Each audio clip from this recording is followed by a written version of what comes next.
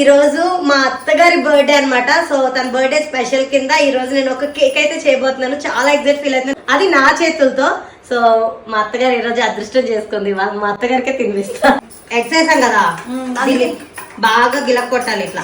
దీంట్లో కొన్ని ఉల్లిపాయ ముక్కలు, కొంచెం కొత్తిమీర, కొంచెం పచ్చిమిరపకాయలు వేయచ్చు కదా. నేను మరీ అంత ఎదవలా కనపడుతున్నానా? ఓ మాదిరిగా కూడా కనపడలేదా? ఆంటీ మనం చేసేది కేక్ ఆంటీ, ఆమ్లెట్ కాదు. మేము ఇద్దరం అవి తిప్పడానికి నాన్న కష్టాలు పడిపోతున్నామని మా ఆయన వచ్చాడు తిప్పేదానికి. మా పెళ్లి గిఫ్ట్ కింద వచ్చింది ఓవెన్. 4.5 months అయిపోయింది, ఇప్పుడు దీన్ని యూజ్ చేస్తున్నాను అనమాట. అది కేక్ కోసం.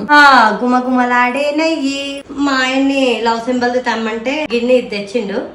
ఏం చేస్తున్నావు ఫ్రెండ్స్? చూస్తున్నాం, నాకు రాదా? కాలుతుంది ఆంటీ, నీకోసం కేక్ రెడీ. బాబాయ్ ఏంది ఆకారం వికారంగా ఉంది. వదిలి రావట్లేదు ఏంటి? ఫస్ట్ టైం ఆంటీ కోసం కేక్ చేశా. ఏ ఊర్లో దీని కేక్ అంటారు? నువ్వు తెచ్చిన బౌల్ వల్ల ఎలా చేశాను. నువ్వు మంచిగా బౌల్ తెచ్చి ఉంటే మంచిగా వచ్చి ఉండేది. రావట్లేదే సాయి పెట్టుకొని కొట్టుకుంది నాకు. చేతిలోకి వస్తుంది అది. దయచేసి నువ్వు ఎప్పుడు వంటలు చేయొద్దు. నేను వంటలు చేయమంటారు, చేస్తే ఎలా మాట్లాడతారు. కళాకారులు గుర్తించట్లేదు.